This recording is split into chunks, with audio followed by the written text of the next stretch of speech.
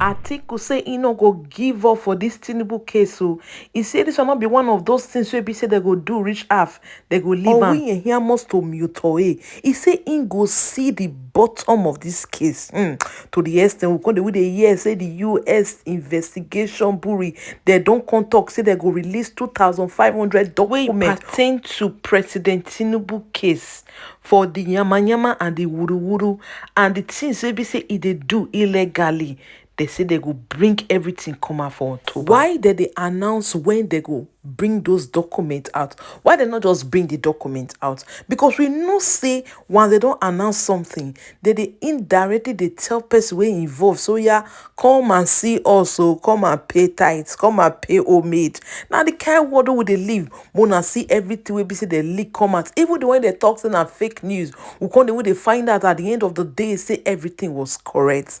My people, one release document, he not go fair announce and say he want release and for so and so much.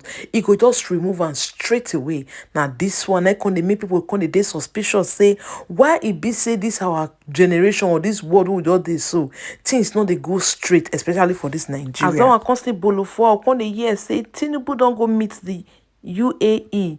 Made they comot the traveling ban where they put on Nigerians. Right now, they don't release them or they don't lift up that traveling ban.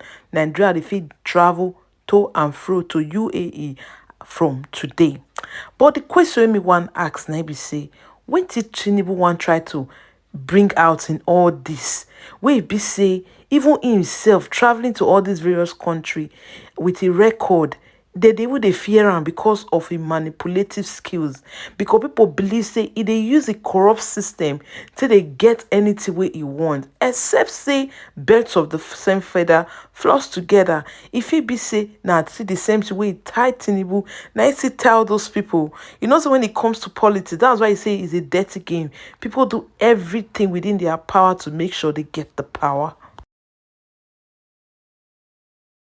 Well, it seems obvious that the party would disagree with most of what went on, which is why they will be taking, you all will be taking the case to the Supreme Court. But I wanted to discuss some of the challenges that were quite glaring during the course of the proceedings. The length of time it takes to get evidence. Obviously, the tribunal is a time-bound situation, and it seemed that the Labour Party had quite a few challenges with how to file in their paperwork in time and to get witnesses that would pass the barrier of screening. Can you speak more about that to us for some of our viewers who aren't as well versed into how that all played out in order for it to be a situation where they said that the case lacks merit?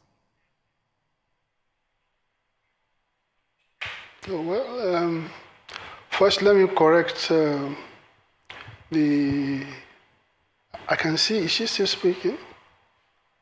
Right. The person who was introducing this segment said that the PDP and the Labour Party were yet to decide whether we are going to the Supreme Court or not. That is not correct. As a matter of fact, the intention to appeal the judgment was made immediately after the session. Not even a day after. So that is the case. Now, I don't want to take issues with the judges as such, because many of the things they were saying, were counterfactual. In other words, they say things that is not correct, that is inconsistent with the truth. My view of it all is that we're in a systemic crisis, and we are coming to terms with the implication of Nigeria as a failed state, on which all organs of government, have been equally affected by the virus or pathogen of corruption and the lack of discipline and so on. I mean, look, people were raising the issue that our supporters were intimidating the judiciary. First, of course, is that most of those people, many of those people doing the intimidation had no connection with us. We did not give anybody directive to go and indulge in intimidation of the judiciary. But the more pertinent question is whether the judges themselves of the Court of Appeal, whether they did not deserve to be intimidated, whether there was no reason to question, not to take their integrity or the integrity of their judgment for granted. And of course, I have no more, the evidence of what I'm saying, or the supporting logic, was provided by none other than the former President Court of Appeal, whose husband, Senator Adamu Bukachua, told everybody, to the hearing of all Nigerians and the international community, that he was in the habit of influencing the decisions and judgments of his wife, in relation to his colleagues at the Senate chambers. Well, if you could do that, if you can say, no, if your spouse, there is no greater authentic evidence you can get than a spouse who is saying this is what we do, right? So who are we to not to take that into cognizance? And if that is the truth, will you take it for granted that the judges so affected in this Court of Appeal take it for granted that, look, they will do what is correct, they will act, without prejudice? Well, unfortunately, their former president, the former president of the Court of Appeal, she just resigned, she just left a few months ago, right? Had given us an indication as to the conduct or the behavior of the court under her. But for that matter, even the president himself did accept that the judiciary is corrupt. From what he said in his statement, that, look, do you expect your judges to live in squalor and not be corrupt? So allegations of corruption levied against the judiciary, directly or indirectly, they have very square legs to stand upon. We may question the tactics of President Buhari. When he sent security forces to barge into the houses of Supreme Court judges some years ago, they uncovered tons of money, different currencies. So there is no basis for it's an unmerited righteous indignation to say that you are angry, as if there is no justification for people taking that position against you. But as I said, more importantly is that the implication of Nigeria as a failed state, as a country that tops the charts of full Transparency International Index of Corruption, the implication of that is that you don't expect anybody, if a country tops regularly the table of the most corrupt country in the world, why should you not accept, or you have any difficulty in accepting that, of course, the judiciary is equally affected? The judiciary is typically Nigerian, and we'll be talking about the fact that Nigeria is sick. If Nigeria is sick and corrupt, of course, that means that the organs of government are the same. And of course, the countenance of the judges when they were delivering the judgment was unfortunate.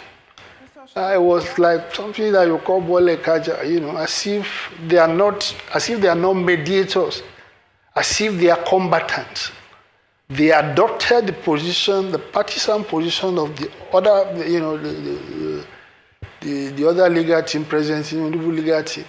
On the basis of that, start firing, personalizing the statement that witnesses give. One judge was saying that the witness had the temerity and audacity to say so and so. It was disgraceful, Several times I was there, when I could no longer stomach many of what they were saying. I wanted to stand up and go, but but we had to endure it all through the case. So you see, where we go from here, I don't know. The executive, the legislature, and now the judiciary are obviously in crisis. Well, where we go from here, what we do about it is what I don't know. No, thank you very much for that. I would like you to react, to a statement from the FCT Minister, Nyesom Wike, who seems a bit baffled, that Mr. Peter Obi is accusing or is implying that the judiciary is corrupt. According to him, the judiciary was right when Mr. Peter Obi reclaimed his mandate as the governor of Anambra State. But it seems that now that he's lost at the tribunal, the judiciary is wrong. What's your take on that? Well, how many years was it ago that Peter Obi left as governor? Almost 10 years ago or thereabout. The judiciary at that time, of course, obviously, in qualitative terms, in quality, is better than the one that we have today. It's not as if what you are talking about didn't occur yesterday, the day before yesterday, it occurred years ago. Right, and as I said, the prelude to what brought about these doubts about the Nigerian judiciary, these that are weeks old. There was a prelude to what happened. It wasn't as a fact. As at the time judgment was given in favor of Peter Obi as governor, as I said, how many years ago was that? Well, I could not recall any season that recorded this kind of prelude to the judgment that we had this year, in which the president of the Court of Appeal, who had just resigned or left up, retired, right, was being, her husband was telling us, whose husband was telling us that, look, my wife used to do this and that. Can you compare that to the prelude to when judgment was given in favor of Peter Obi? These are the kind of things that, frankly speaking, baffles me. Of course, I don't know. Look, Port Harcourt, River State, I'm surprised that the panel said there was no evidence tendered in the mutilation of resort outright. The state guilty, most guilty in that respect is River State, right? And there are many evidences in support of that. Some of it had been actually been shown, by people appearing in television appearances.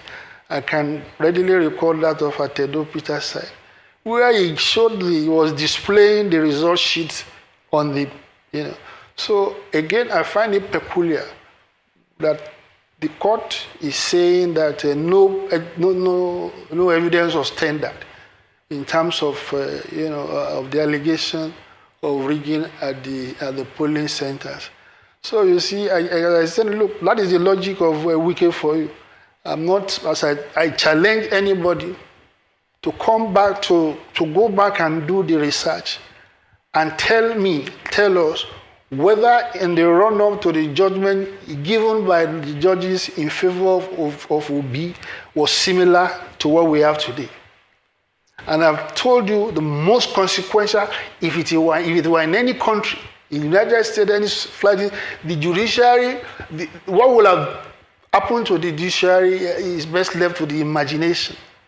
That a senator husband of a president of a court of appeal, was saying that this is what he does for his wife.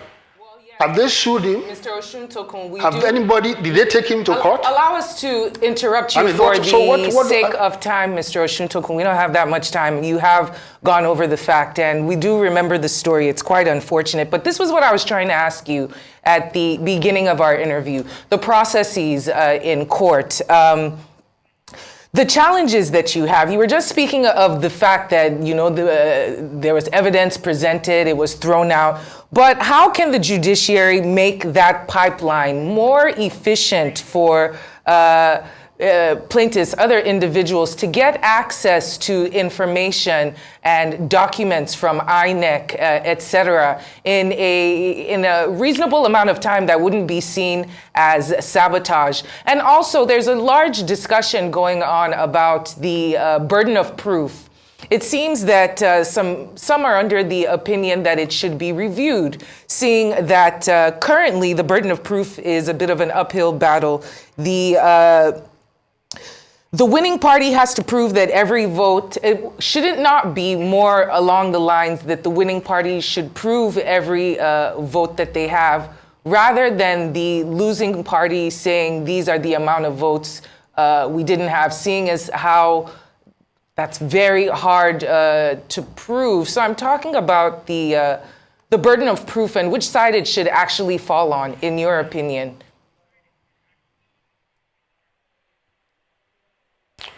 Well, there is the issue of the burden of proof you are talking about. Look, the judges practically assumed the position of INEC. They found INEC infallible, that there was nothing INEC did that was wrong, including this presentation of evidences, right? This is the electoral agency in possession of 4 relevant documents. It's supposed to be independent. In other words, not partial. It's supposed to act with independence and straightforwardness in matters like this. And then you ask the INEC, that electoral agency, okay, give us these results, because more than any of us, your own custody can be relied up, we'll do that. So look, what you are asking, right? I don't see too much relevance to what is going on. What is going on is the behavior of high public officials in Nigeria, including in all the 3 organs of government. People talk with impunity.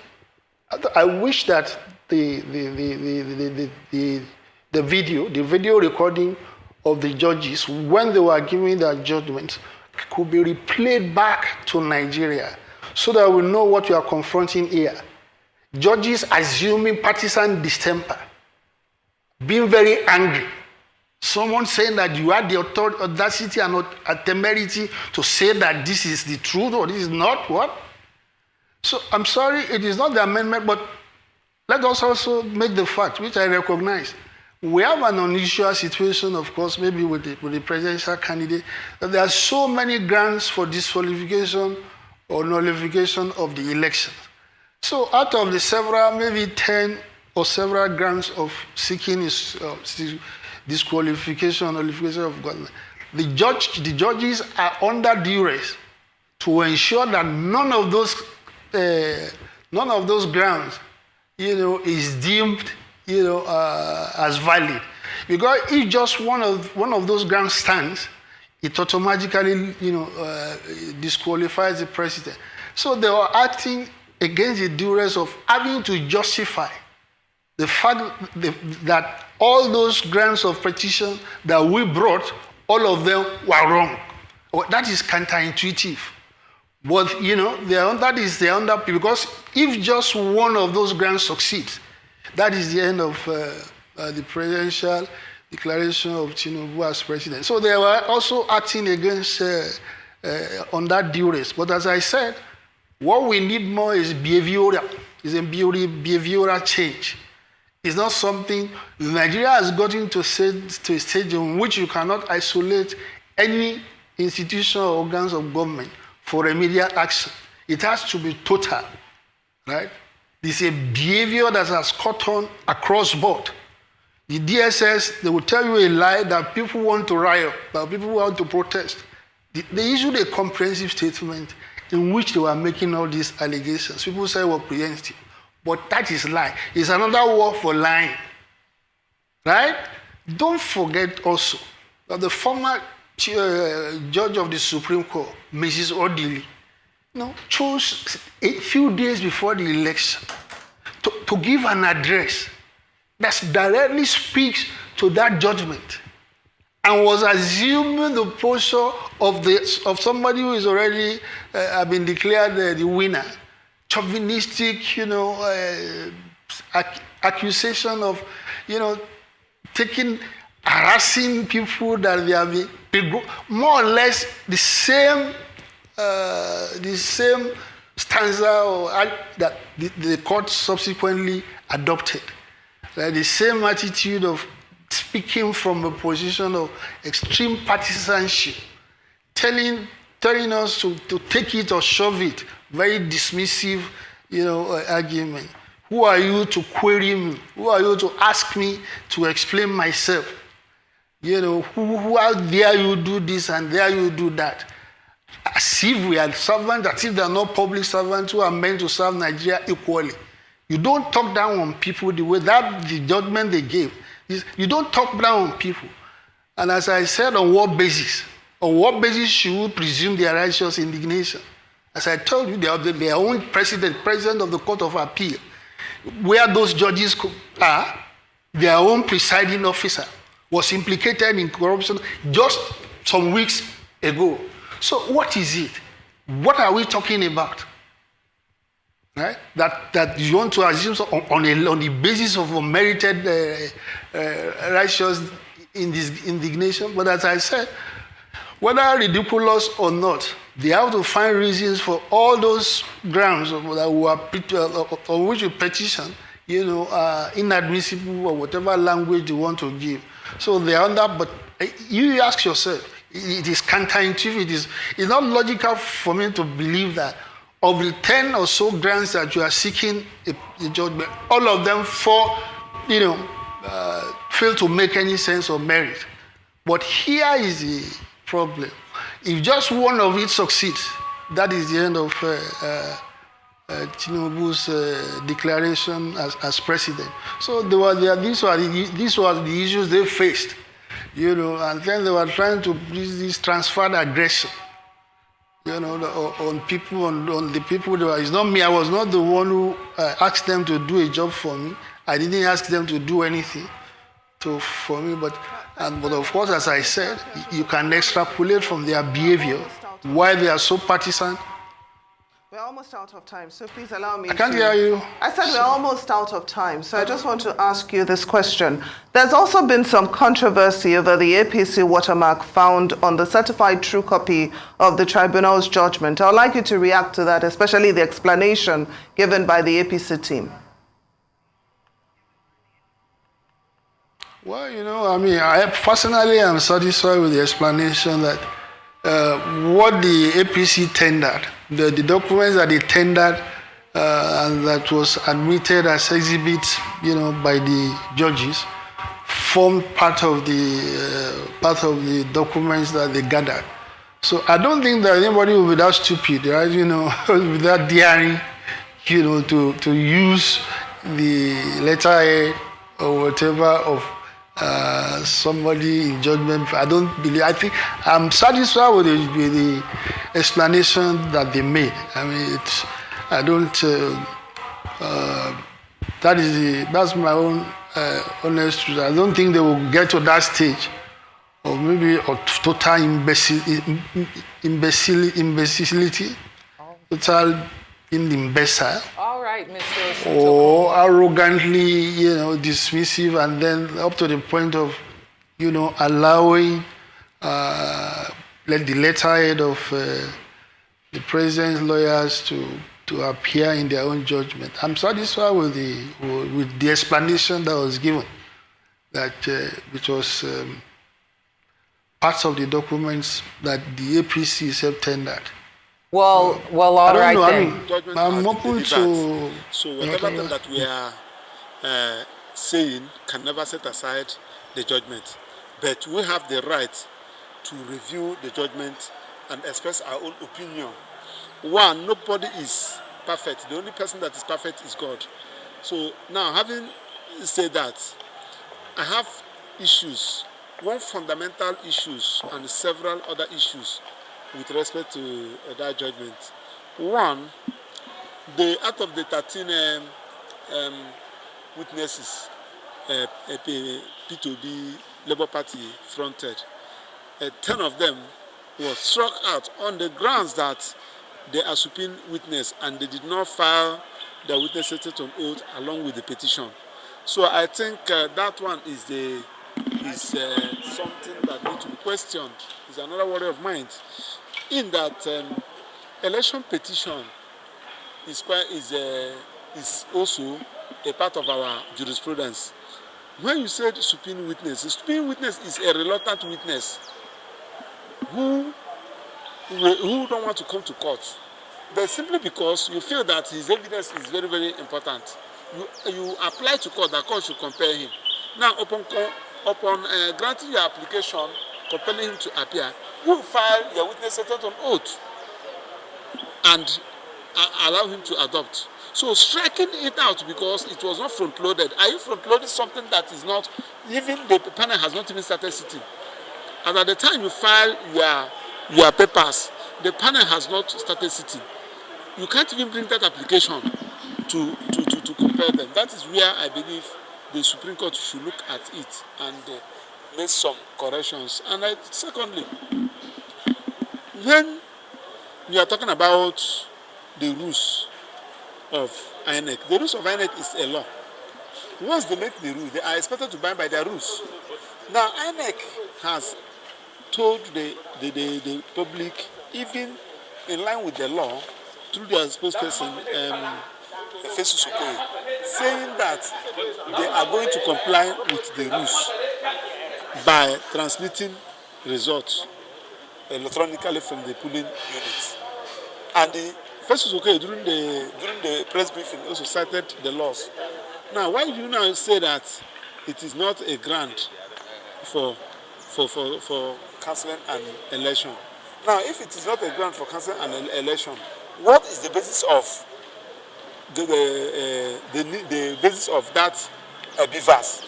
Because the purpose of that beavers has been defeated, and the purpose of that beavers is to create what we used to see in the previous elections, where somebody will just say in his house and declare results.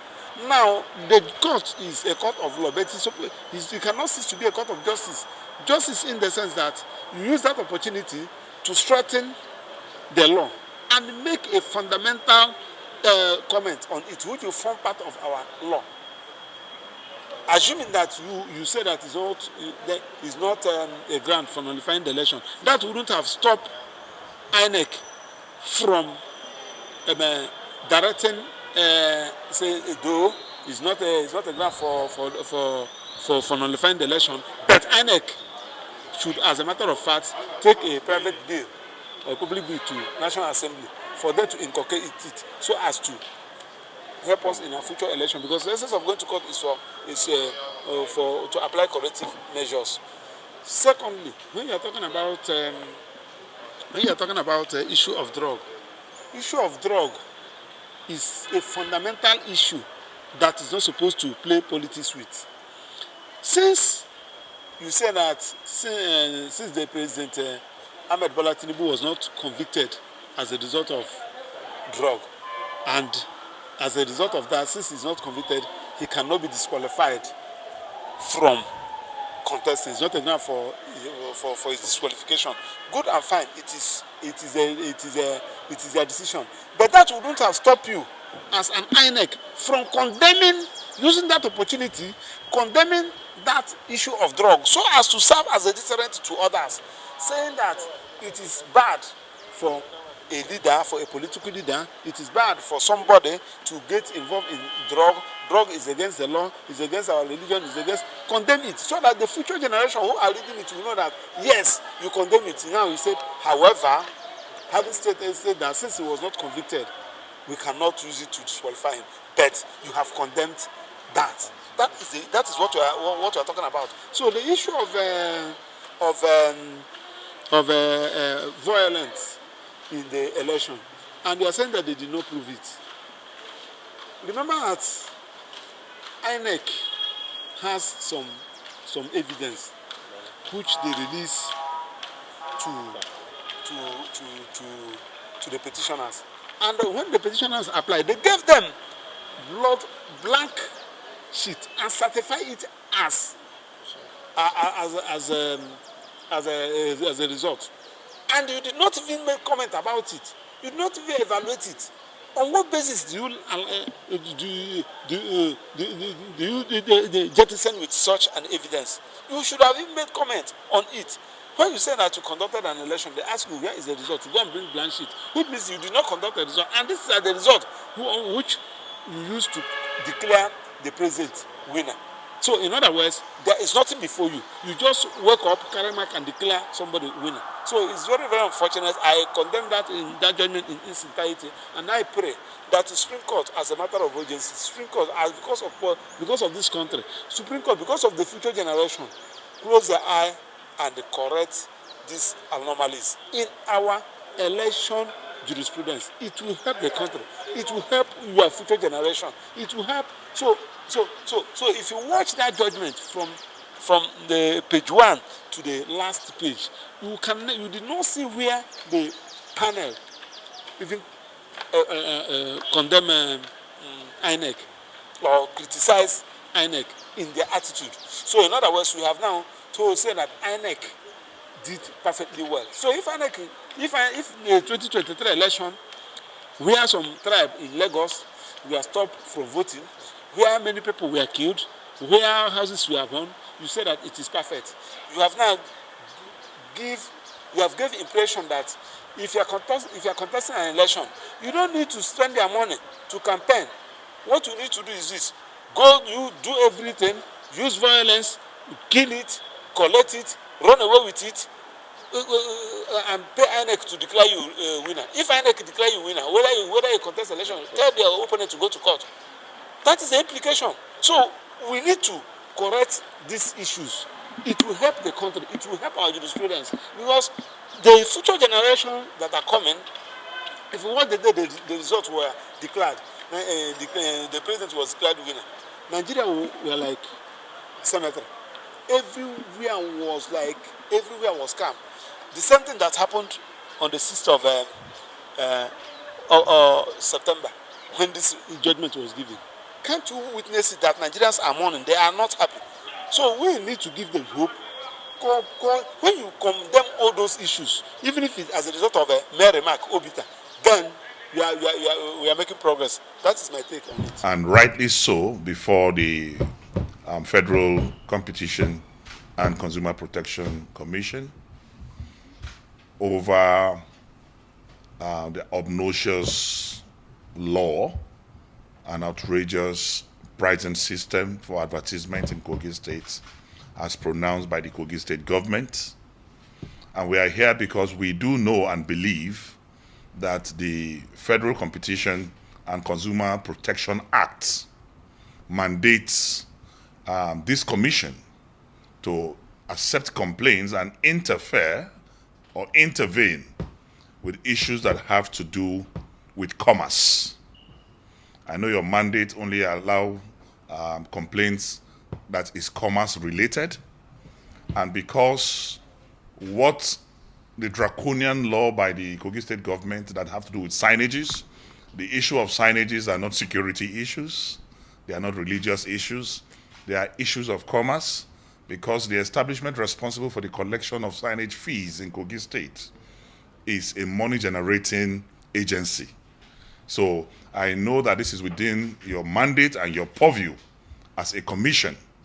That is why we are here to lay this complaint and deliver petition. The Kogi State government have given discriminatory pricing as it relates to signages. They've given outrageous prices as it relates to pricing. And I know your mandate also forbid excessive pricing.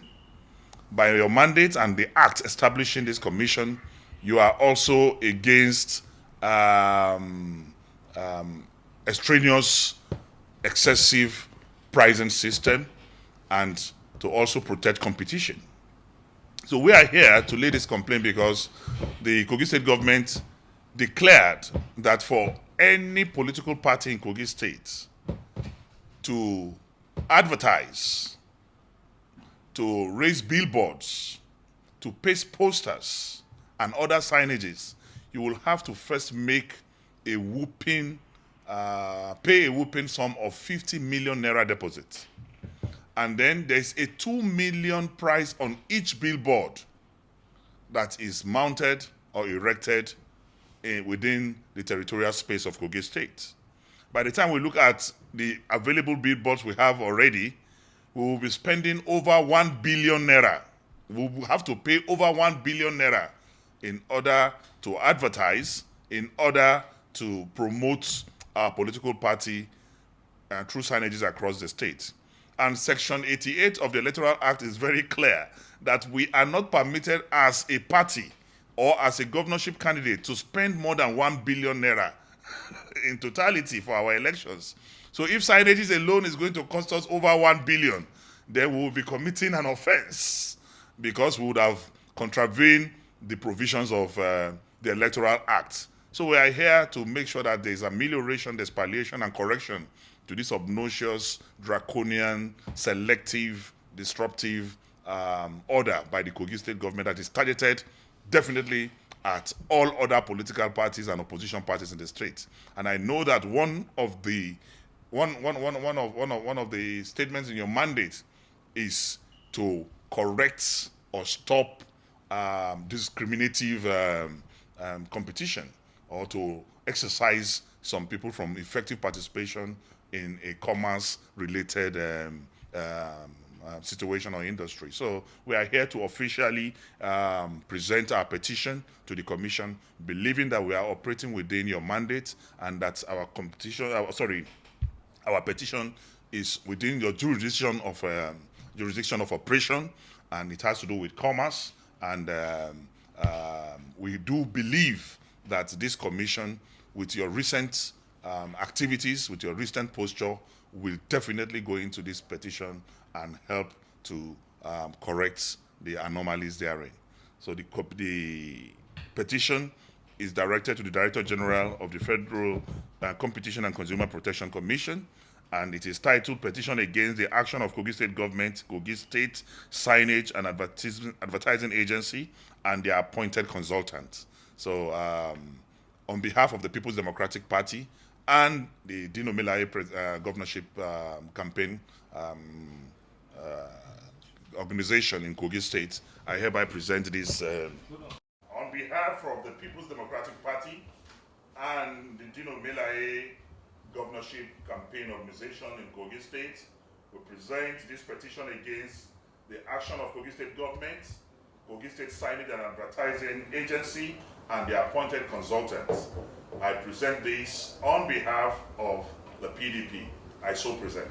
This is Bod TV Bod. In case the first time you come here, please don't forget to subscribe and hit that notification bell for more uploads.